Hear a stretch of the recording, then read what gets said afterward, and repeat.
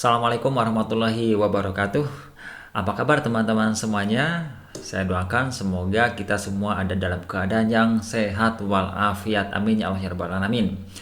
Di video kita kali ini saya akan membahas mengenai materi persekutuan atau akuntansi persekutuan yang merupakan bagian dari materi akuntansi keuangan lanjutan 1.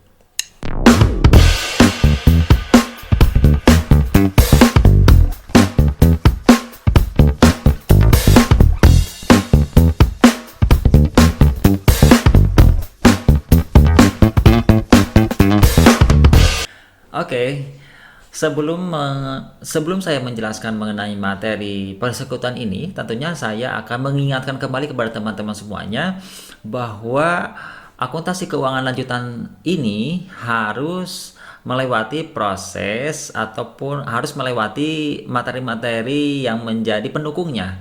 Yang pertama adalah akuntansi dasar, tentunya teman-teman harus mengikuti itu dan harus memahami akuntansi dasar. Kemudian yang keduanya akuntansi keuangan atau intermediate. Nah, kalau sudah beres baru ke sini akuntansi keuangan lanjutan. Jadi ada dua tahap itu yang harus kalian ikuti dulu ya. Pokoknya mau tidak mau, bisa tidak bisa, yang penting melewati lah. Kalau sudah melewati kan sudah pernah kenal. Karena di sini kita akan melanjutkan materi yang ada pada akuntansi keuangan. Oke teman-teman semuanya, sedikit saya jelaskan perbedaannya. Kalau di akuntansi keuangan itu yang kita bahas adalah transaksi-transaksi berkaitan dengan perusahaan itu, kemudian dengan pihak luar, kemudian bikinlah laporan keuangan, di mana laporan keuangan tersebut adalah laporan keuangan perusahaan itu sendiri. Nah, kalau berbicara mengenai akuntansi keuangan lanjutan itu sudah beda lagi ceritanya. Nah, yang akan dibahas di sini yaitu bagaimana jika perusahaan kita bergabung dengan perusahaan lain, baik itu perusahaan berbentuk pribadi ataupun yang lain-lainnya, itu juga dibahas di akuntansi keuangan lanjutan. Dan khusus untuk sekarang, untuk video ini adalah mengenai persekutuan, begitu ya. Teman-teman sudah mendengar persekutuan atau sebelumnya pernah dengar ataupun bahkan sampai dengan pernah paham persekutuan itu apa, begitu ya. Nah, kalau sudah paham itu lebih memudahkan. Tapi kalau yang belum paham, maka akan saya jelaskan dari awal.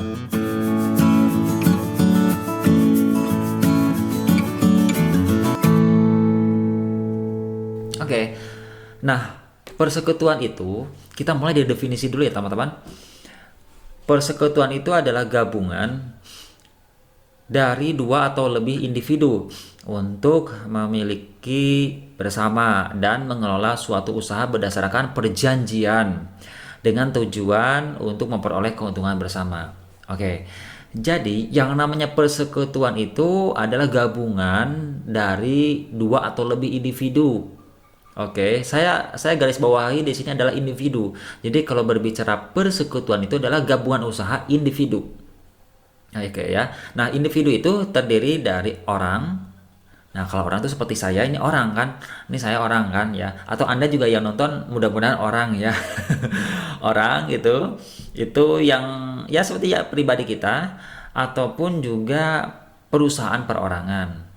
Kalau perusahaan perorangan berarti orang seperti saya ini, kemudian saya mempunyai usaha atas nama saya sendiri.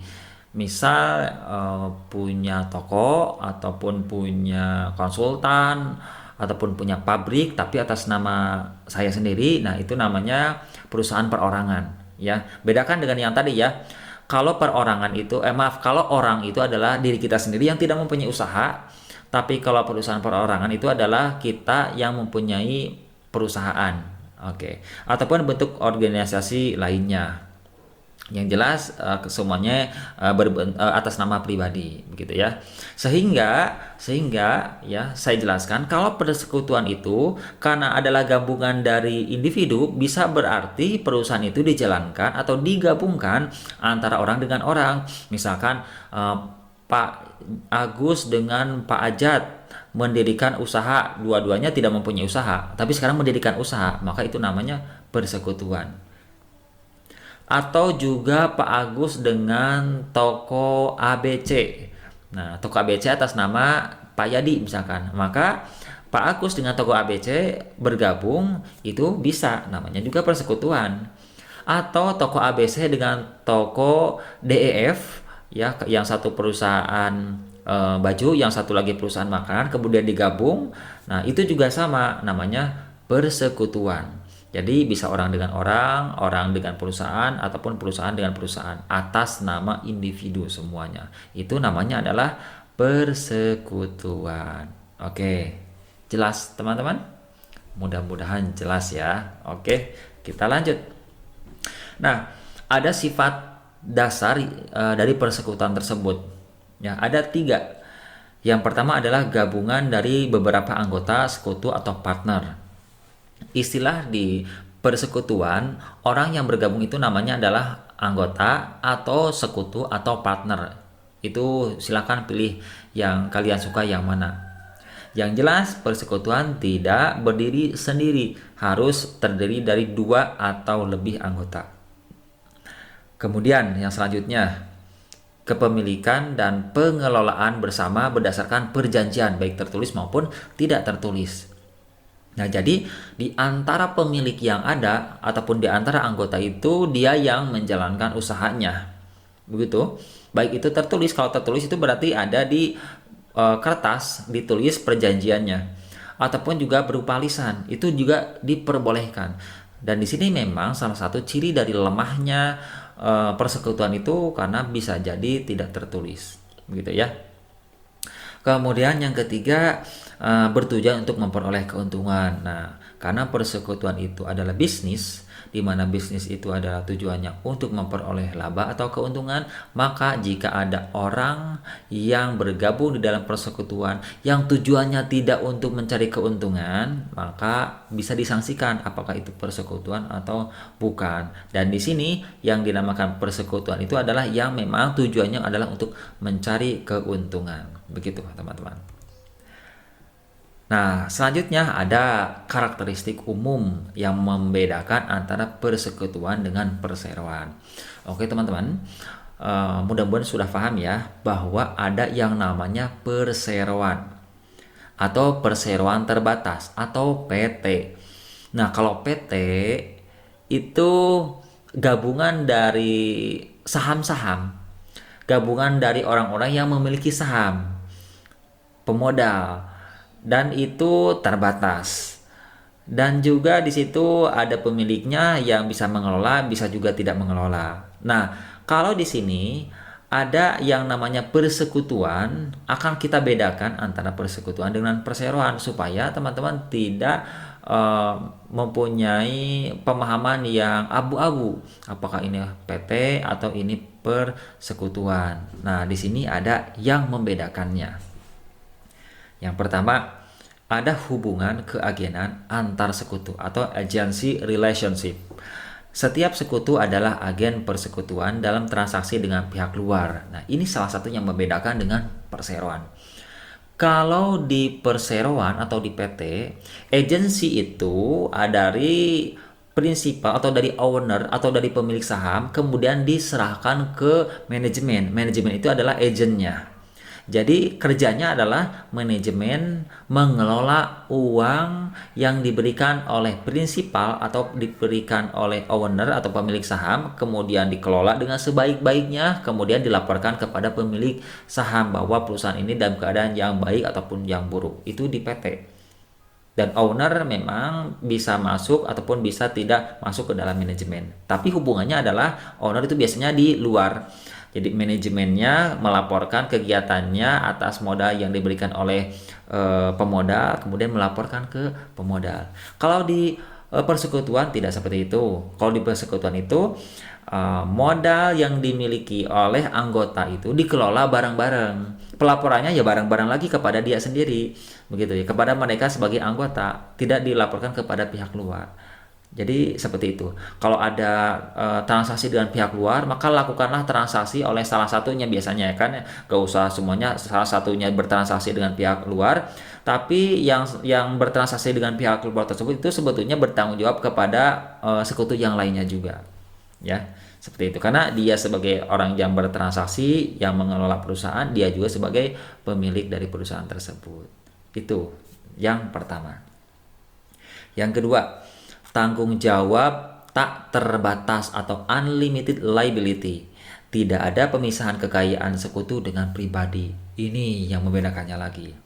Kalau di PT, jika ada tanggung jawab ke pihak luar, ke pihak eksternal, misalkan berupa hutang, dan hutangnya begitu besar, melebihi modal yang ditanamkannya, maka secara hukum ya bahwa akuntansi akan mencatat hutang itu sebesar apa yang dimiliki oleh modal atau kekayaan bersih dari perusahaan.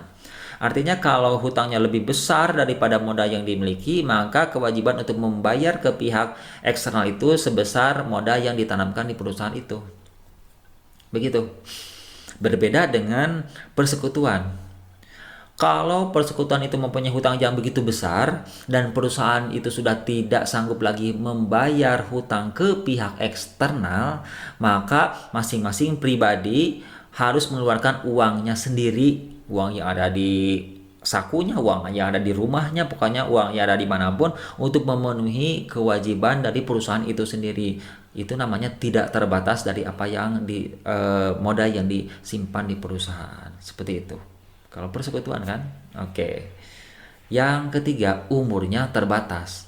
Nih, kalau tanggung jawabnya tak terbatas, kalau umurnya terbatas atau limited life.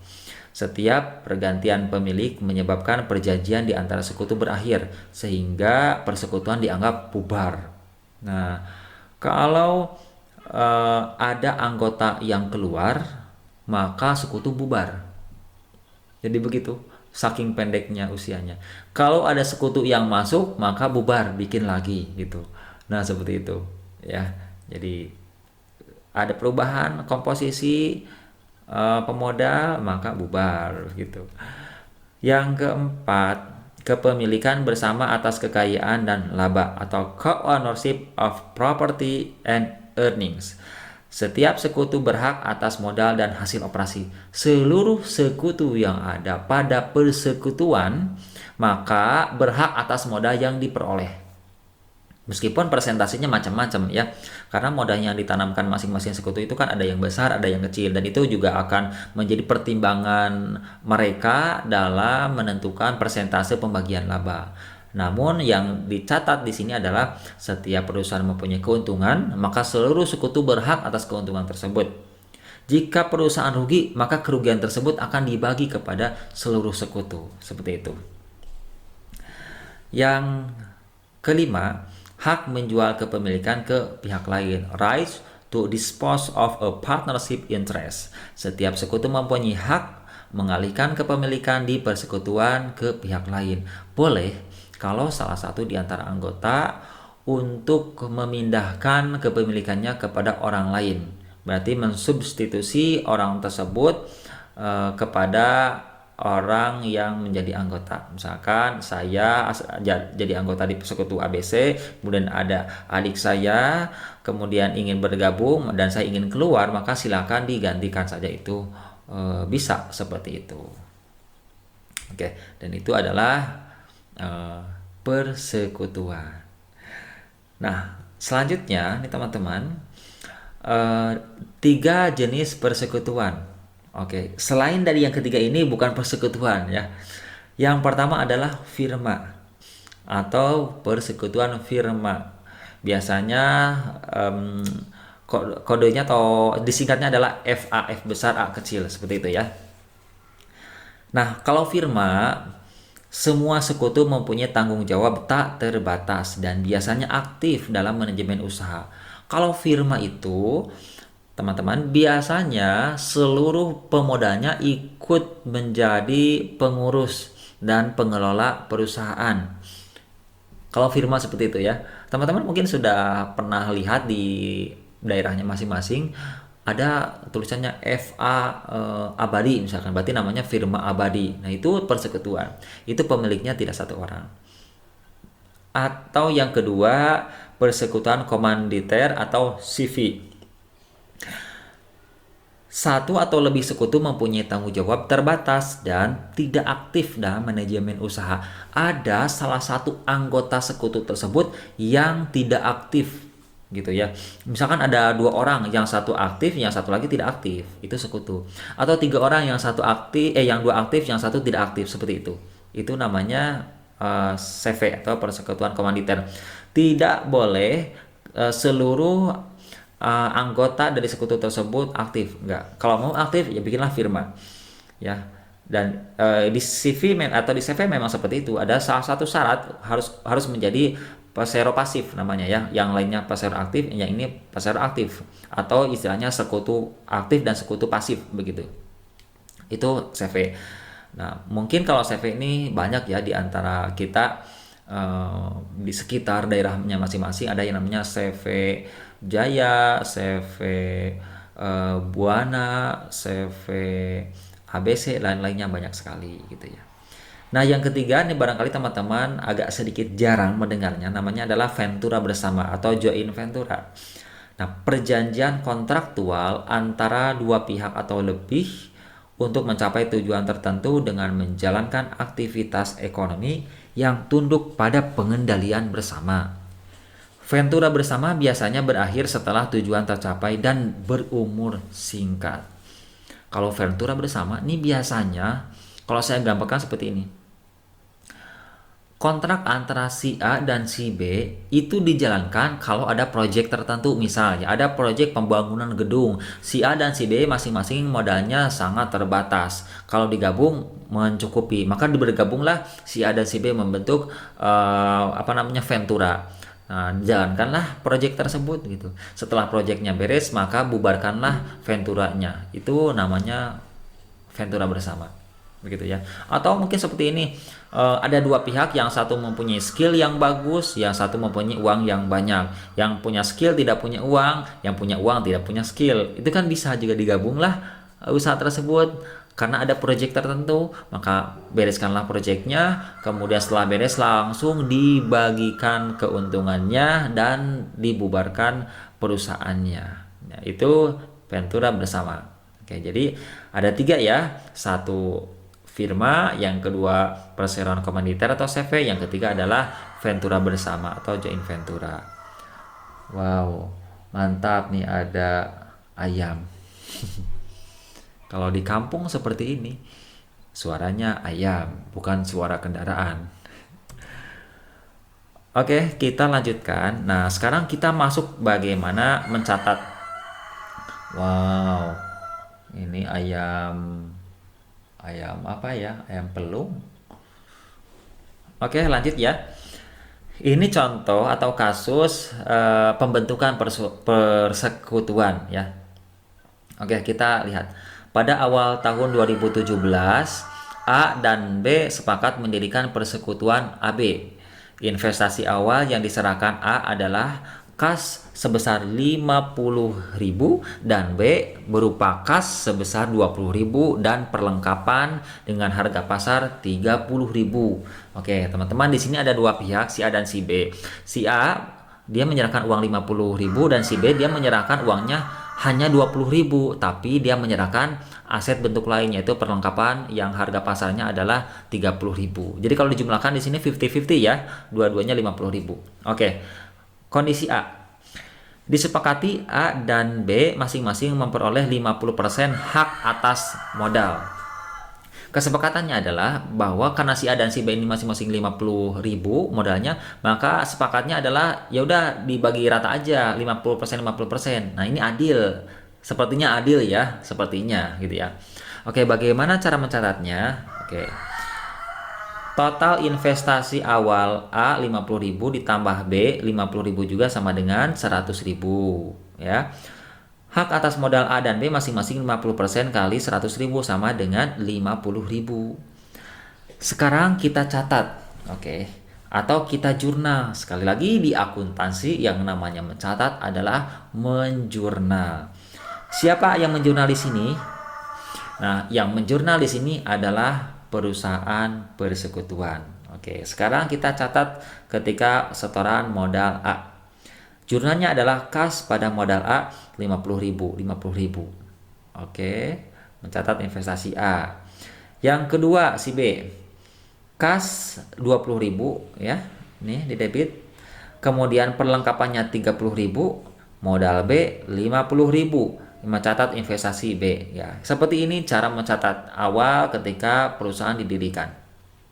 Maka kalau kita jumlahkan masing-masing pemodal, modal A nilainya adalah 50.000, modal B 50.000, totalnya adalah 100.000. Ini cukup mudah ya. Bahkan saya bisa katakan ini sangat mudah cara menjurnalnya. Oke. Nah, sekarang kita lihat kondisi yang kedua ya. Kondisi B ini disepakati bahwa A dan B masing-masing memperoleh 60% dan 40% hak atas modal.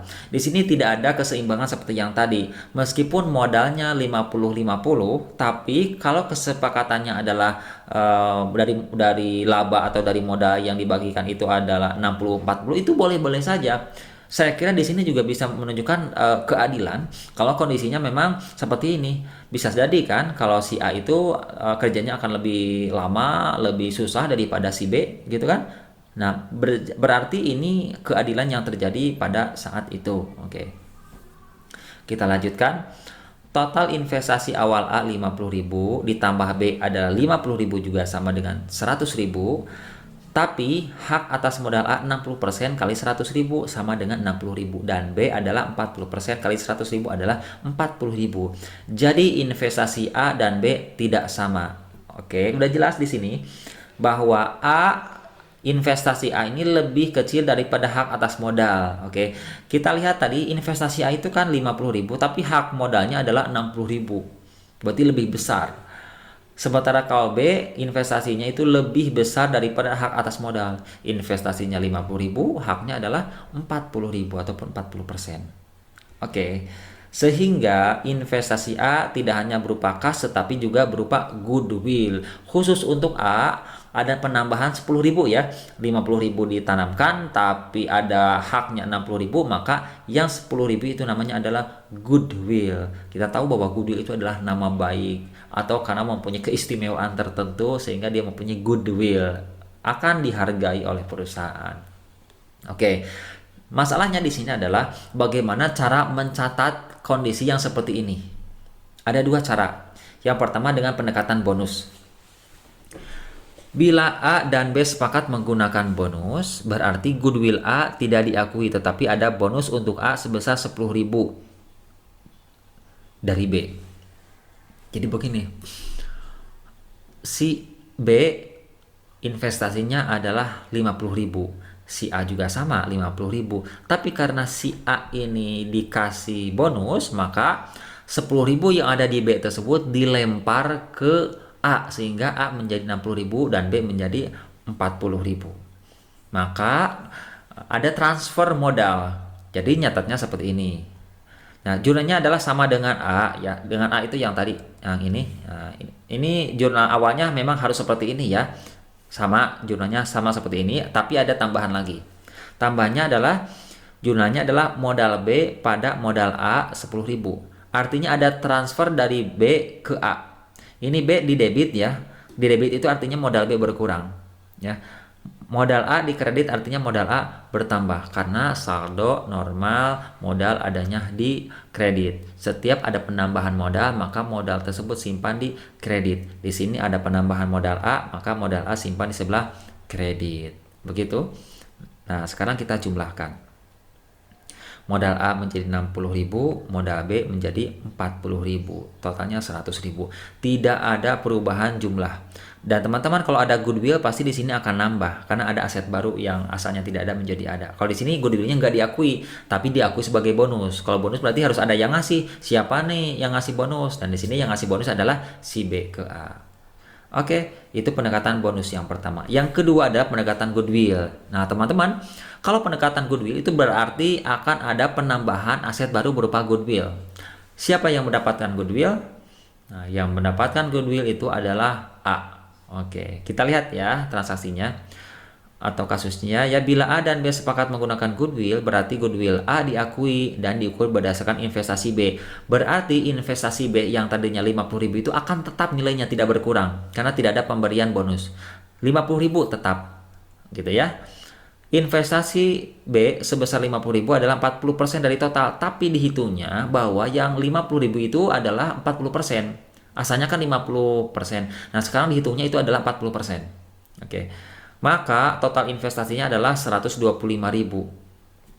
40% kan? Oke, sekarang kita hitung bahwa 100 per 40 kali 50.000 itu adalah 125.000. Jadi total asetnya itu adalah, atau total modalnya itu adalah 125.000. Nah, jadi ada kelebihan sebesar 25.000. 125.000 dikurangi 100.000 ada 25.000. Nah, yang 25.000 itu namanya goodwill. Goodwill milik A. Sekarang kita jurnal ya. Jurnal yang pertama akan sama dengan jurnal yang A tadi ya, yang di awal tadi ya. Tapi ada tambahan lagi jurnal yang kedua, yaitu pemberian goodwill ya. Goodwill diberi ke A, maka otomatis modal A nambah gitu ya.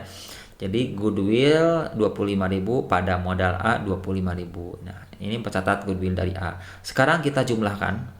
Modalnya, modal A menjadi 75.000 karena 50 tambah 25.000. Kemudian modal B 50.000. Ya, jadi totalnya adalah 125.000. Itu mencatat ketika perusahaan didirikan antara individu pribadi dengan pribadi lagi. Oke. Nah, sekarang bagaimana jika penggabungan usahanya itu adalah dari perusahaan perorangan dengan perusahaan perorangan lagi, ya.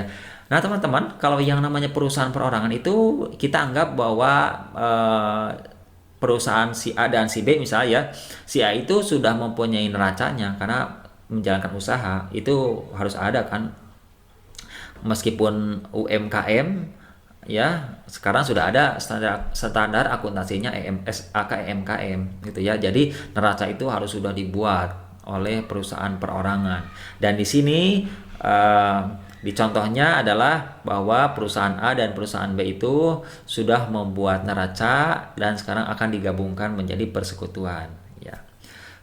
Contohnya, perusahaan A dan B sepakat membentuk persekutuan AB dan menyerahkan seluruh aset bersih perusahaan perorangan mereka. Neracanya seperti ini. Untuk perusahaan A, kasnya 100.000, piutang dagangnya 200.000, peralatannya 5 juta, akumulasi penyusutan dari peralatannya adalah 1 juta, kemudian modal A-nya adalah 4.300.000. Kemudian si B, kasnya 500.000, piutang dagangnya 400.000, peralatannya 6 juta, akumulasi peralatannya 2.400.000, dan ada utang wesel ya 2.750.000. Kemudian modal B-nya adalah 1.750.000. Nah, itu di akhir Desember 2017. Kemudian di awal Januari 2018 gitu ya, di awal tahunnya dinilai. Jadi ini adalah dari neraca yang telah dibuat masing-masing perusahaan, kemudian sekarang harus dinilai berdasarkan harga pasar. Jadi teman-teman, ketika menggabungkan perusahaan pada persekutuan ini, jangan digabungkan berdasarkan angka yang ada pada neraca masing-masing. Karena di neraca itu nilainya historis. Sementara yang akan kita nilai saat ini adalah harga pasar atau harga yang benar-benar sesungguhnya atau mendekati sesungguhnya gitu ya. Nah, sekarang kita nilai dan ternyata hasil penilaian menunjukkan bahwa perusahaan A diestimasi piutang tak tertagihnya adalah 10% dari saldo. Di sini kita lihat ada piutang dagangnya 200.000 dan katanya 10%-nya itu tidak tertagih. Nah, tidak tertagih tersebut bisa kita langsung buang atau bisa kita cadangkan. Itu tergantung mana yang mau dibuat ya. Kemudian harga pasar peralatannya 3.720.000. Sementara di catatan peralatan itu adalah 5 juta dikurangi 1 juta adalah 4 juta. Nah, 4 juta di neraca, tapi di pasaran lakunya adalah 3.720.000. Berarti ada penurunannya. Yang dinilai itu adalah yang ini, 3.720.000. Kemudian yang B, piutangnya 150.000 itu tidak dapat ditagih. Nah, ini udah jelas tidak dapat ditagih dari yang 400.000. Kemudian harga pasar peralatannya 3.500.000. Oke, sementara kita lihat di sini 6 juta dikurangi 2.400.000 berarti sekitar 3.600.000. 3.600.000 sementara harga pasarnya 3.500.000 ya. Berkurang 100.000. Dan nilai wajar utang weselnya adalah 2.250.000. Di sini tertera 2.750.000 dan ternyata di pasaran adalah 2.250.000. Kondisi ini akan menjadi patokan untuk menggabungkan. Nah, kesepakatannya, teman-teman, yang namanya kesepakatan itu harus dibuat di awal. Jadi ini adalah contoh kesepakatan yang telah dibuat oleh A dan B. Ya.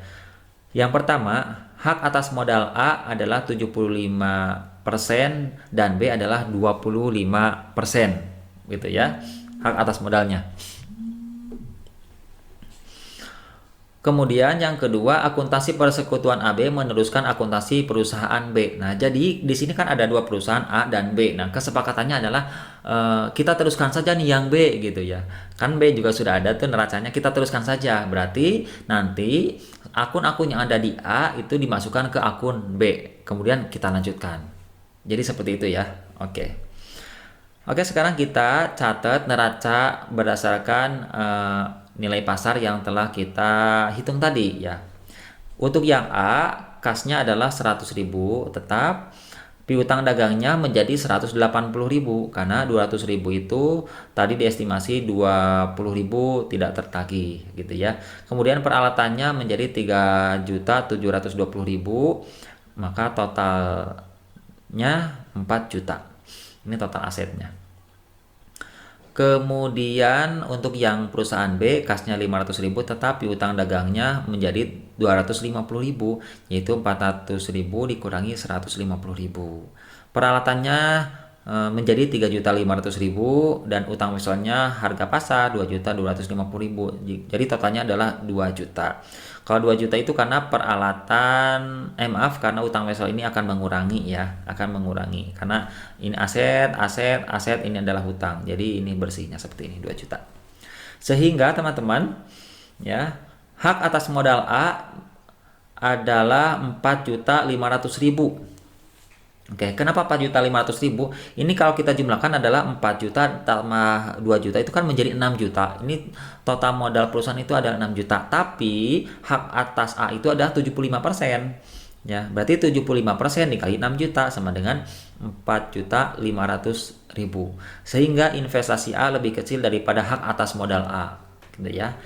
Dan si B hak modalnya adalah 1.500.000. Berarti total investasi B ini lebih besar daripada haknya. Ya, kita lihat kan haknya itu kan modalnya adalah 2 juta. Haknya menjadi 1.500.000. Ya, lebih kecil gitu ya. Nah, di sini ada bonus dari B ke A sebesar 500.000. Ya, kalau pendekatan bonus berarti ada bonus. Berarti ada yang dikasih dari 2 juta ini 500.000-nya dikasih ke A gitu kan. Atau kalau pendekatan goodwill, nah kalau goodwill ini berarti kan ada investasi ya. Kalau goodwill itu ada investasi, berarti yang 2 juta ini adalah 25%-nya. Berarti 100 per 25 dikali 2 juta sama dengan 8 juta. Sehingga ada goodwill 2 juta. Jadi yang tadinya 6 juta ini ya, setelah ada goodwill 2 juta, totalnya menjadi 8 juta. Oke, sekarang kita catat jika awalnya dulu, transaksi awal. Oke, ketika mencatat perusahaan investasi perusahaan A ya, karena ini memang banyak yang dikoreksi ya. Nah, jurnalnya adalah kas 100.000, piutang dagangnya 200.000. Ini sesuai dengan yang tadi awal ya. Nah, di sini kalau memang piutang dagangnya 200.000, tidak 180.000 itu tidak jadi apa-apa, tidak jadi masalah asalkan ada cadangan. Nah, berarti di sini akan dicadangkan sebesar 20.000 ya. Jadi piutang dagangnya 200.000 di debit, peralatannya 3.720.000 sesuai harga pasar. Cadangan kerugiannya adalah 2 juta. Ini cadangan kerugian dari piutang ini. Kemudian modal A 4 juta. Oke, ini normal aja ya. Kemudian yang kedua mencatat investasi B. Nah, beda dengan investasi B. Karena perusahaannya meneruskan B, maka yang B itu hanya mengoreksi ya. Kalau ini kan menginvestasikan seluruh A ke B, kalau ini adalah menginvestasi. Kalau ini adalah merevisi atau mengoreksi saldo yang tadinya salah menjadi sesuai harga pasar ya. Nah, di debitnya adalah akumulasi penyusutan peralatan 2.400.000 karena asalnya ada akumulasi. Coba kalau kita lihat, nah ini kan sekarang menjadi tidak ada karena dikoreksi. Jadi yang asalnya di kredit sekarang pindahkan ke debit. Nah, ke debit. Utang wesel juga dikoreksi 500.000 ya. Karena asalnya 2.750.000 padahal harga pasarnya 2.250.000. Jadi ada koreksi 500.000 di kredit ya. Jadi pindah ke debit gitu ya. Seperti itu. Kemudian piutang dagang juga dikoreksi 150.000 di kredit, peralatan juga 2.500.000 di kredit. Nah, modal B-nya adalah 250.000. Ini adalah selisihnya dari ini, dijumlahkan, dikurangi ini, maka ini sisanya adalah modal B di kredit. Oke, kalau sudah, nah karena ada perbedaan metode, apakah pendekatan bonus ataupun pendekatan goodwill. Ini teman-teman, kalau pendekatan bonus ini nyatanya seperti yang tadi ya, ada pemberian modal dari B ke A sebesar 500.000. Maka jumlahnya adalah modal B pada modal A 500.000. Oke, jelas yang tadi ya. Atau pendekatan goodwill. Kalau pendekatan goodwill tidak ada penyerahan dari B ke A, tapi langsung saja dicatat goodwill untuk A. Maka di sini adalah goodwill 2 juta pada modal A 2 juta. Begitu. Nah, sekarang coba kita jumlahkan. Nah, kalau berdasarkan pendekatan bonus, maka modal A itu menjadi 4.500.000, modal B 1.500.000, totalnya 6 juta. Tetap seperti yang tadi hitungan-hitungan awal. Kalau pendekatan goodwill akan ada tambahan goodwill 2 juta ya. Nah, jadi modal A menjadi 6 juta, modal B-nya 2 juta, totalnya menjadi 8 juta. Seperti itu. Oke, mudah-mudahan bisa ya teman-teman. Nah, bagaimana sekarang cara untuk ada penambahan dan penarikan modal? Itu kalau usaha udah jalan yang tadi. Sekarang kalau diambil modalnya. Nah, teman-teman harus paham nih.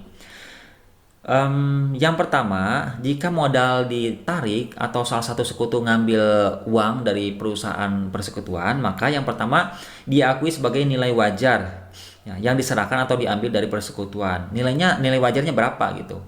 Oke. Kemudian yang kedua, penambahan modal dicatat di sisi kredit, modal, sekutu, dan penarikan di sisi debit. Kalau ada tambahan modal, simpan modal di kredit. Kalau ada penarikan, simpan modal di debit. Nah, pengambilan bagian sekutu atas laba tidak langsung mengurangi modal, tapi dicatat pada rekening prive. Nah, teman-teman, kalau ada yang ngambil uang, itu catatnya adalah prive, jangan langsung ke modal. Oke? Jangan langsung ke modal. Nanti saja ketika perusahaan mau laporan keuangan, laporan di akhir periode gitu ya, bikin laporan keuangan, maka di situ baru dibuat jurnal penutup. Ya. Kalau sekarang mah ketika ngambil uang dari perusahaan, prive aja nyatatnya ya. Oke. Jumlahnya tidak melebihi jumlah tertentu yang sudah disetujui bersama, artinya tidak boleh ngambil uang seenaknya saja, harus berdasarkan kesepakatan. Kemudian dilakukan secara teratur ya. Jangan tiap bulan tuh ngambil aja terus. Kan perusahaan lagi butuh uang, ini ngambil aja terus. Itu membahayakan gitu ya. Jadi hal tersebut harus kita pahami ya. Nah, formula untuk pembagian laba ya, jika perusahaan ini di akhir tahun bikin laporan keuangan, nah bagaimana cara bagi-bagi keuntungannya gitu ya. Nah, bisa berdasarkan rasio tertentu. Misalkan kayak tadi ya, ditetapkan sajalah labanya 60-40 atau 50-50 begitu. Bisa. Atau berdasarkan rasio modal sekutu. Misalkan yang saya 70 juta, yang satunya lagi 30 juta, berarti rasionya adalah 70-30. Itu berdasarkan modal, itu silakan. Ya, bebas, boleh seperti itu juga. Atau diberikan bunga untuk modal sekutu dan sisa laba dibagi berdasarkan persetujuan, atau dikasih dulu bunganya, kasih dulu bunga. Misalkan si A yang 70 juta atau 70% kasih bunganya sekian, si B yang 30% dikasih bunganya sekian. Silakan kasih bunga dulu, kemudian sisa laba itu dibagi berdasarkan kesepakatan. Bisa, itu boleh. Kemudian diberi gaji atau bonus untuk sekutu dan sisa laba dibagi berdasarkan kesepakatan. Boleh juga dikasihnya berupa gaji ya atau bonus. Kalau tadi kan berupa bunga, kalau sekarang berupa bonus. Bonusnya dibagikan dulu nih, sisanya dibagi dua. Itu juga boleh, tergantung kesepakatan. Intinya tidak ada formula yang menjadi baku pembagian laba, yang penting berdasarkan kesepakatan. Begitu ya. Oke, sekarang kita lihat contohnya. Contohnya ya. A dan B membentuk persekutuan AB pada 1 Januari 2017 dengan investasi awal masing-masing adalah 20 juta dan 60 juta. Ya, yang tadi ya. Maaf, 20.000 dan 60.000 ya. Nah, ini adalah transaksi selama 2017. Investasi awalnya untuk perusahaan A, untuk modal A awalnya adalah 20.000 ya Januari ini. Kemudian bulan April investasi lagi 80.000 menjadi 100 ya. Kemudian 1 Oktober dia butuh uang, ditarik aja 40.000. Nah, saldo akhirnya adalah 60.000. Kalau B, investasi awalnya 60.000, bulan Maret nambah lagi 40.000, tapi September ngambil 10.000. Nah, jadi saldonya adalah 90.000. Kemudian diketahui hasil perhitungan laba rugi dihasilkan di tahun 2017 itu ada laba sebesar Rp100.000. Nah, bagaimana cara pembagian labanya? Nah, misalkan berdasarkan rasio saja. Gimana kalau kayak gini aja 4/6 gitu ya. Si A 4 bagian, si B 6 bagian, itu boleh. Tinggal kita bagikan saja langsung yang 100.000 ini. Berarti pembagian laba ke A sebesar 40.000 karena 4 bagian. Ya, 4/10 kali 100.000. 10 itu kan 4 tambah 6 ya. 4/10 kali 100.000 40.000. Si B berarti 6 bagian, 6/10 kali 100.000 sama dengan 60.000. Sudah beres. Jadi si A dapat 40.000, si B dapat 60.000. Nah, sekarang bagaimana jika berdasarkan rasio modal rata-rata? Nah, sekarang kita hitung ya. Seperti apa modal rata-ratanya? Nah, ini saya buatkan tabel untuk modal A dan modal B ya. Nah, untuk modal A dari bulan Januari sampai dengan April tanggal 1 itu kan 20.000, berarti kita jumlahkan ada 3 bulan ya, Januari, Februari, Maret gitu ya. Berarti 20.000 kali 3 sama dengan 60.000. Nah, kemudian dari 1 April kan ada tambahan 80.000, berarti menjadi 100.000. Nah, sampai dengan akhir September berarti sekitar 6 bulan. Nah, berarti 6 bulan kali 100.000, 600.000. Kemudian dari Oktober sampai dengan ke Desember karena ada pengambilan ya, pengambilan 40.000 menjadi 60.000. Nah, berarti 60.000 kali 3 bulan sama dengan 180.000. Nah, kalau dijumlahkan menjadi 840.000. Nah, rata-rata tertimbangnya adalah 840.000 dibagi 12 bulan sama dengan 70.000. Ini teman-teman hitungnya dari sini ya. Ini harus diperhatikan tabel ini. Ini 20 jadi 80 kan diambil lagi tanggal 1 Oktober menjadi 60. Seperti itu ya. Nah, yang B juga sama nanti seperti itu ya. Asalnya 60.000, kemudian ada tambahan 1 Maret, berarti 2 bulan itu 60.000. 60 kali 2 sama dengan 120.000. Kemudian 1 Maret sampai 1 September itu adalah 100.000. Kali 6 bulan sama dengan 600.000. Dan 1 September sampai 31 Desember itu ada karena ada pengambilan 10.000 ya, menjadi 90.000 kali 4 bulan sama dengan 360.000. Kalau ditotalkan menjadi 1.080.000. Nah, ini dibagi 12 bulan menjadi 90.000. Oke. Nah, rasio modal rata-rata AB adalah 70/90 atau 70 berbanding 90. Bisa lihat di sini 70 berbanding 90 atau 70 berbanding 9 begitu ya. Dan laba A, laba A itu kan berarti 7 bagian ya. Atau 70 bagian, bolehlah. Anda mau satuan mau puluhan juga bolehlah karena di sini sudah mudah kok ya. 90 ditambah 70 itu 160. Berarti laba A adalah 70 bagian per 160 kali 100.000 sama dengan 43.750. Untuk laba B 90 per 160 kali 100.000 sama dengan 56.750. Nah, ini masing-masing bagian laba itu kalau berdasarkan rasio modal rata-rata gitu ya. Nah, ada juga nih, ini terakhir teman-teman. Misalkan ada pembagian berdasarkan formula yang cukup komplit. Nah, misalkan gini ya. Yang pertama dikasih gaji dulu untuk si A itu adalah 15.000, untuk si B adalah 10.000 ini per tahunnya. Kemudian setelah itu dikasih juga bunga 10% per tahun dari modal akhir gitu ya. Masing-masing 10% gitu ya. Kemudian bonus untuk pimpinan A adalah 5%. Jadi si A itu karena sebagai pimpinan maka dikasih bonus 5%. Nah, dari laba setelah dikurangi gaji itu. Sisa laba dibagi rata. Gampang ya. Nah, sekarang coba kita hitung ya. Kita buatkan tabel seperti biasa ini untuk memudahkan. Jadi teman-teman juga biasakan menggunakan tabel supaya lebih tertib dan lebih rinci dan mudah juga untuk dibaca ya. Nah, berdasarkan pembagian tadi, yang pertama adalah bahwa A dan B dikasih gaji dulu. Gajinya yang A 15.000, yang B 10.000. Kita jumlahkan menjadi 25.000. Itu pertama, udah ada pengeluaran gaji. Yang kedua kasih bunga katanya 10% dari modal akhir.